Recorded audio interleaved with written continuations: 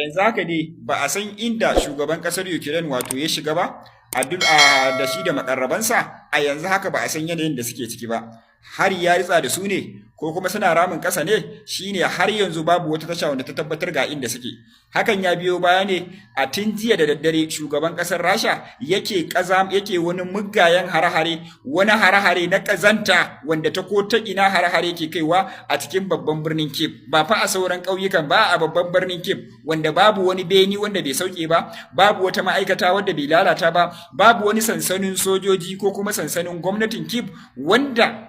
shugaba Putin bai kai manya-manyan hare-hare da mizali ba da kuma wannan drone ɗin da jamhuriyar musulunci ta bashi, wanda hakan ya biyo baya shugaban ƙasar Ukraine ana tunanin cewa sun shiga ƙarƙashin ƙasa da su da makarrabansa, wanda a yanzu haka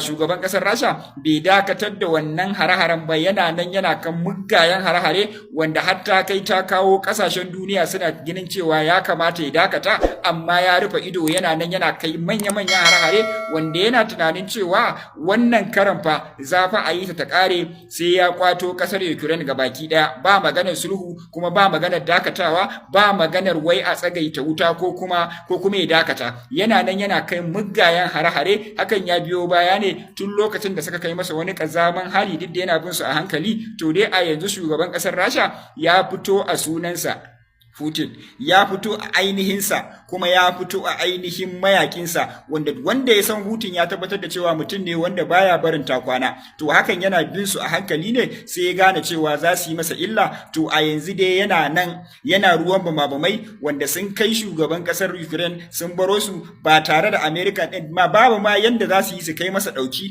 ko kuma a tayar wasu rundunoni su kai ko kuma dai a je a san dai yanda zai a dakatar da faɗan nan. Abin ya dakata ya gagara. Amma a wata majiya mun jiyo cewa kasar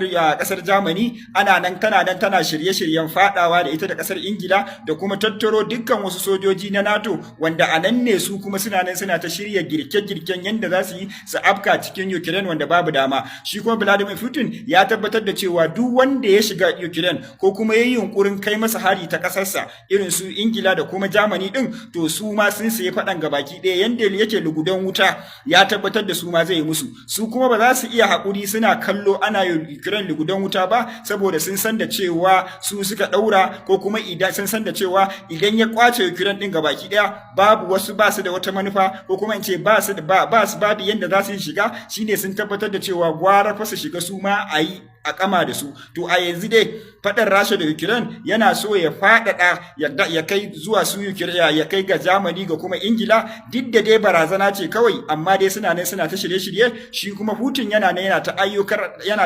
aiwatar da aikinsa na mai da martani. Saboda haka a ci gaba da yi masa addu'a Allah ba